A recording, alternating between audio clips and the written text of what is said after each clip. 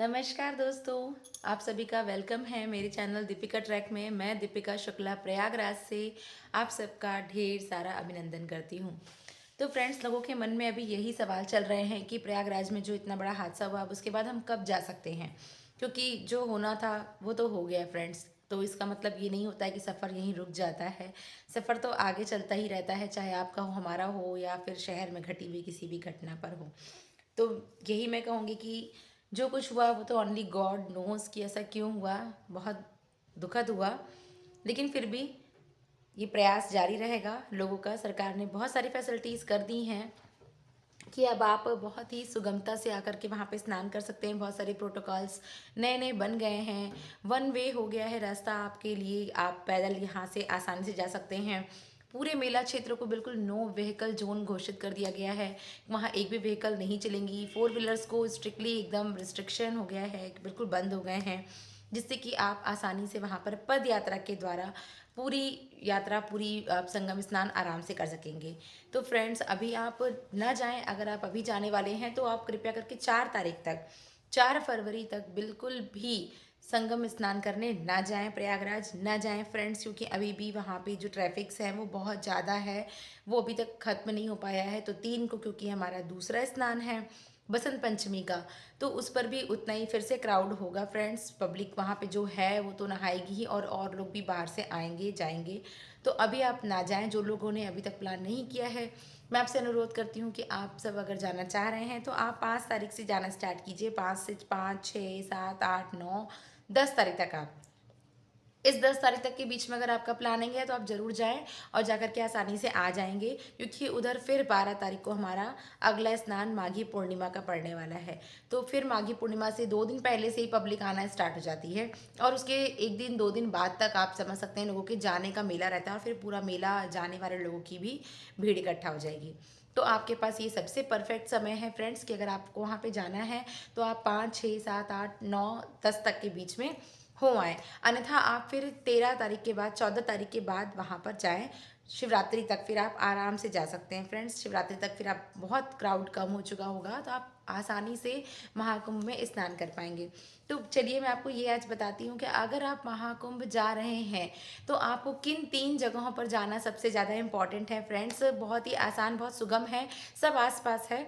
जहाँ पर मैं दर्शन करके आई हूँ और बहुत सुगमता से, बहुत ही आसानी से हम नहान पूजा पाठ अपना सब कुछ करके आए हैं।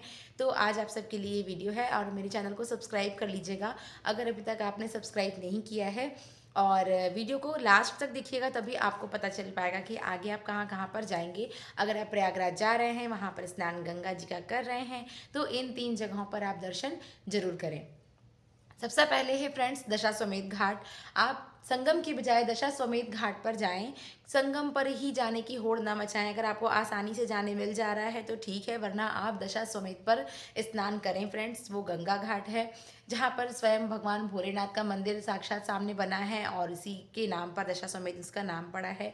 तो चलिए मैं आपको लेके चलती हूँ कि दशाश्वमेध घाट से ही इस लाइन से लगे हुए ये सारे धर्म स्थान हैं, सभी मंदिर हैं जहाँ आप आसानी से दर्शन कर पाएंगे। तो चलिए मैं आप सबको लेकर के चलती हूँ, वीडियो में लास्ट तक बने रहिएगा। आइए चलते हैं दशाश्वमेध घाट। तो ये फ्रेंड्स, मैं आ चुकी हूँ प्रयागराज घाट पर। हर हर गंगे नमामि गंगे। देख सकते हैं आप कितना खूबसूरत नज़ारा है यहाँ से जो दिख रहा है। पीछे मेरी गंगा मैया देखिए कितनी तेज लहर के साथ में बह रही हैं, और पूरा मेला क्षेत्र आपको यहाँ से दिखाई देता है। आगे आप देख सकते हैं दूर दूर तक, जहाँ तक नज़र जा रही हैं, टेंट लगे हुए हैं और पब्लिक का आना जाना लगा हुआ है। सामने ये पीपा के पुल बने हुए हैं, और ये है हमारा प्यारा सा सुंदर सुरक्षित स्वच्छ दशाश्वमेध घाट, जहाँ मैं अपने पूरे परिवार के साथ में पहुंची थी स्नान करने के लिए। सुविधा आप देख सकते हैं, व्यवस्था आप देख सकते हैं कितनी साफ सफाई है, और लेडीज़ों के कपड़े चेंज करने के लिए यहाँ पे टेंट भी बने हुए हैं, पक्के रूम भी बने हुए हैं जहाँ आप जाकर के चेंजिंग रूम में चेंज कर सकते हैं। पानी भी बिल्कुल स्वच्छ, बिल्कुल साफ़ है फ्रेंड्स, कोई गंदगी यहाँ पर नहीं है। आप देख सकते हैं पानी भी बिल्कुल साफ़ सुथरा है, बहुत ही अच्छी व्यवस्था सरकार ने की है।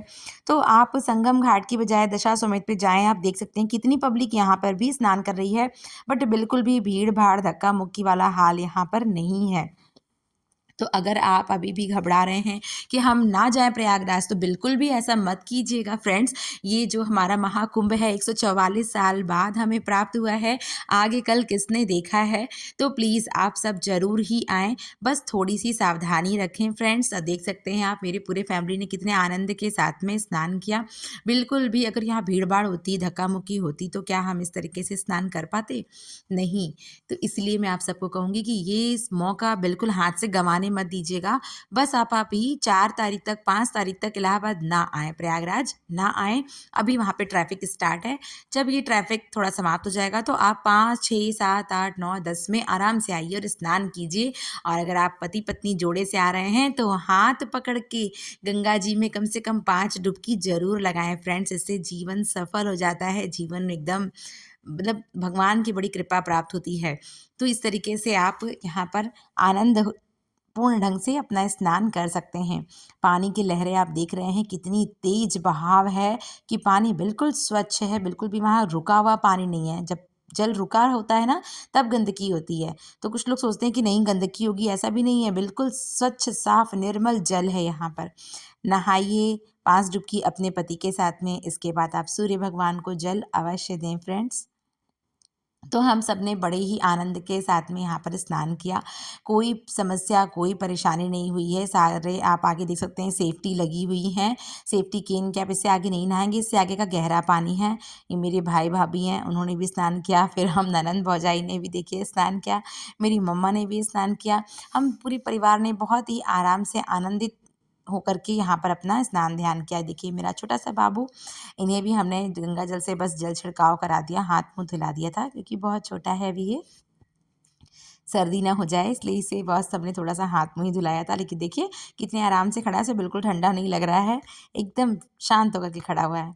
तो ये देखिए यहाँ पे हमारी पूजा संपन्न होती है, स्नान संपन्न होता है, फिर हम नहा-धो करके बिल्कुल रेडी हो गए और फिर यहाँ बैठ कर के मैंने, मेरी मम्मी ने, मेरी भाभी ने, हम तीनों ने गंगा मैया की विधिवत पूजना अर्चन की।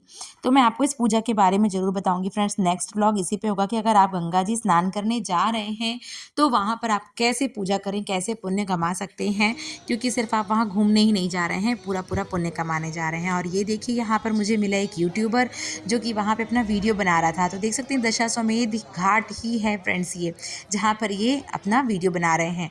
तो देख सकते हैं क्राउड कितना अच्छा है, यहाँ पे भीड़ अभी भी है, देख रहे हैं आप, पब्लिक जा रही है, आ रही है। मैं जिस दिन गई थी उस दिन कार गाड़ी भी जा रही थी, बस ट्रैफिक हो जा रहा था थोड़ा, लेकिन जा पा रहे थे हम। और ये सामने गंगा जी हैं और ये सामने हमारा जो अमर उजाला लिखा है, ये दशाश्वमेध मंदिर है भगवान भोलेनाथ का। तो फ्रेंड्स अब हमारा हम यहाँ स्नान से हो निकले गया अपनी है। गाड़ी की हर तरफ। हर गंगे। तो ये हमारा था पहले दिन का स्नान फ्रेंड्स। तो हम वहाँ पे लगातार 2 दिन गए गंगा जी में स्नान करने के लिए। ये प्रयागराज में बने हुए हैं तो मन ही नहीं भर रहा था कि अगर रुके हुए हैं तो हमें गंगा जी स्नान करने जाना है। तो यही सोच करके हम गए थे। ये देख सकते हैं आप मंदिर का निचला हिस्सा है, काफ़ी ऊंचाई पर बना हुआ है दशाश्वमेध घाट। इसके बाद हम दूसरे दिन फिर जाते हैं। उस दिन था हमारा एकादशी का व्रत, मेरे पूरे परिवार का, मम्मी पापा मेरा, मेरे हस्बैंड का। तो हमने सोचा आज एकादशी के दिन हम फिर से गंगा स्नान करते हैं और वहीं गंगा दशाश्वमेध घाट पर ही फ्रेंड्स वहाँ पे बना हुआ है ये बहुत ही सुंदर सा हवन कुंड। तो आप यहाँ पर बैठ कर के अपनी पूजा पाठ कर सकते हैं। तो माघ का शुभ पावन महीना था फ्रेंड्स, और इस पावन महीने में मैं हर साल कथा सुनती हूँ सत्यनारायण भगवान की। तो इस बार सौभाग्य प्राप्त हुआ कि एकादशी के दिन हम दोनों पति पत्नी सब परिवार इस गंगा घाट पर ही अपनी कथा सुन लें। तो हमने यहीं पर अपने पंडित जी को बुला लिया था। प्रयागराज के ही रहने वाले हैं हमारे पंडित जी भी, और मेरी पूरी फैमिली यहीं की है। दशाश्वमेध घाट पड़ता है मेरे ननिहाल में, तो ये मेरे ननिहाल ही है, बिल्कुल नज़दीक है मेरा ननिहाल यहाँ दशाश्वमेध घाट से फ्रेंड्स। और जो मेरा मायका है यहाँ से थोड़ा दूर है। तो देख सकते हैं सामने साक्षात गंगा मैया हैं, पीछे हमारे दशाश्वमेध भोले बाबा विराजित हैं, और यहीं बैठ कर के हमने अपनी कथा पूजन अर्चन की। पब्लिक आप देख रहे हैं, पब्लिक कम नहीं है, पब्लिक यहाँ भी आ रही जा रही है, लेकिन कोई समस्या, कोई परेशानी नहीं हुई। बहुत ही आनंदपूर्ण ढंग से हुआ। थोड़ी सी समझदारी इंसान कर लेना तो कभी भी आपको दिक्कत नहीं हो सकती है। तो आपको मैं यही सजेशन दूंगी कि आप पर्व के दिन ना आएँ अगर अभी तक नहीं आए हैं फ्रेंड्स, और अगर आ रहे हैं तो अपने साथ बूढ़े और बच्चों को लेकर के ना आएँ, क्योंकि फिर इस भीड़ भाड़ से आपको निकलने में मुश्किल हो सकती है। तो आसानी आपको इसी में है, क्योंकि पूरा माघ महीना 45 दिन का है और पूरे दिन हर दिन आपको वही पुण्य मिल रहा है। तो बस आप यहाँ पर आएँ, भीड़ का हिस्सा बनने ना आएँ फ्रेंड्स, यहाँ पर धर्म कर्म करने आएँ, तो जिसमें आपको शांति मिले ऐसे समय पर आएँ। तो यहाँ हमारी पूजा संपन्न हुई और ये नारियल विसर्जन मैंने अपने बेटे से करवाया। कलश स्थापना का जो नारियल था, सामने साक्षात गंगा मैया थी, तो हमने यहीं पर इसे विसर्जन कर लिया। और ये हम माँ बेटा बिल्कुल प्रसन्न मुद्रा में, आप देख सकते हैं कितना आनंद की अनुभूति हो रही थी इस दिन की, मैं आपको बता नहीं सकती हूँ फ्रेंड्स। तो प्लीज़ आप सब भी ज़रूर से आएँ। पब्लिक इतनी है लेकिन फिर भी सब शांत हैं, सब शांतिपूर्ण ढंग से है। तो देखिए, पहला दर्शन हमने को करना है गंगा जी का, उसके बाद हम पहुँचते हैं ऊपर चढ़ के दशाश्वमेध मंदिर। ये हैं साक्षात भोले बाबा दशाश्वमेध महादेव, हर हर महादेव। तो आप आसानी से ऊपर जाएँ, एक लोटा जल ज़रूर चढ़ाएँ, गंगा जल भर के लेके जाएं और ऊपर आप भोलेनाथ को जरूर अर्पित करें। इससे बहुत पुण्य मिलता है फ्रेंड्स। अगर आप प्रयागराज आ रहे हैं तो ये मौका आपको बार बार नहीं मिलेगा, क्योंकि आप वहीं स्नान कर रहे हैं दशाश्वमेध घाट पर ही, और दशाश्वमेध भोलेनाथ को गंगा जल न चढ़ाएं तो ऐसा संभव नहीं होना चाहिए। आप जरूर आएँ। इसके बाद इसी रोड पर आप फ्रेंड्स करीब 2-3 किलोमीटर आगे चलते हैं दशाश्वमेध घाट से ही, जहाँ हमने दशाश्वमेध भोलेनाथ के दर्शन किए, और फिर पद यात्रा करते करते हम सब बच्चे, मम्मी, मेरे भाभी आते हैं हम यहाँ पर प्राचीन नाग वासुकी मंदिर। जी हाँ, ये है नाग वासुकी मंदिर। कहते हैं कि यहाँ पर दर्शन करने से आपके जीवन में कभी भी काल सर्प योग नहीं आता है। काल सर्प योग आप सबने सुना होगा, बहुत ही बड़ा काल होता है ये, जीवन मृत्यु का इसमें दिक्कत हो जाती है। तो आप यहाँ पर एक बार दर्शन कर लेते हैं फ्रेंड्स, तो आप इस बंधन से मुक्त हो जाते हैं। भीड़ बहुत ज़्यादा थी लेकिन लोगों को नहीं पता था, क्योंकि हम तो प्रयागराज के ही हैं, तो हम गए साइड से और हमने वहाँ से भगवान की तस्वीर भी ले ली, छोटी सी रिकॉर्डिंग कर ली आप सबके लिए। तो जय हो नागवासुकी भगवान की। तो हमने साइड से ही दर्शन कर लिए थे फ्रेंड्स, और आपको भी यथासंभव दर्शन करा रहे हैं। बाकी आप देख सकते हैं बाहर तो पूरी लाइन लगी हुई थी, लेकिन ये किसी को पता नहीं था, सब बाहर ही हैं लगभग, तो इसीलिए ये सब खड़े हुए हैं अभी तक लाइन में। हम लोग गए साइड से दर्शन करके आ गए। तो आप भी चाहें तो ऊपर चढ़ जाइएगा मंदिर पे और परिक्रमा लगा करके दर्शन करके आप वहाँ से आ सकते हैं। अगर आप लाइन में खड़े होने में सक्षम नहीं हैं तो आप यहाँ साइड से भी जा करके दर्शन प्राप्त कर सकते हैं।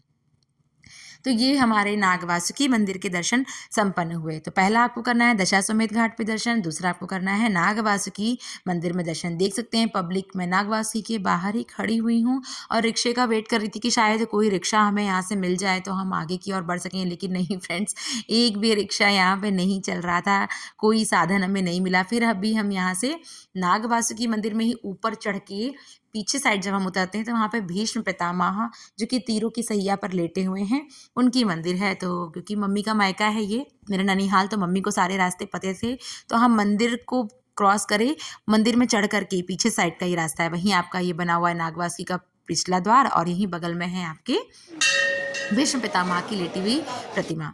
अब हम यहाँ से फिर से पद यात्रा करते हुए लगभग 4-5 किलोमीटर हमने फिर चला होगा, और जा कर के हम पहुँचते हैं श्री वेणी माधव मंदिर। ये उसी एरिया में है सब, ये दारागंज एरिया लगता है फ्रेंड्स, और ये दशाश्वमेध, नाग वासुकी और वेणी माधव मंदिर, ये सब उसी एरिया में है। तो कहते हैं कि एकादशी के दिन वेणी माधव मंदिर के दर्शन कर लेने से आपके जीवन एकदम मुक्त हो जाता है, जीवन आपका मतलब आपके जीवन में बहुत कृपा होती है। तो वेणी माधव महाराज के दर्शन जरूर करें। तो आशा करती हूँ आपको ये व्लॉग मेरा अच्छा लगा होगा फ्रेंड्स, ये जानकारी अच्छी लगी होगी। अगर अच्छी लगी है तो ज़्यादा से ज़्यादा शेयर कीजिएगा, कमेंट में ज़रूर बताइएगा फ्रेंड्स ये कैसी लगी हैं, और आगे के व्लॉग के लिए मेरे चैनल को सब्सक्राइब जरूर कर लीजिएगा। हर हर महादेव, जय श्री राम।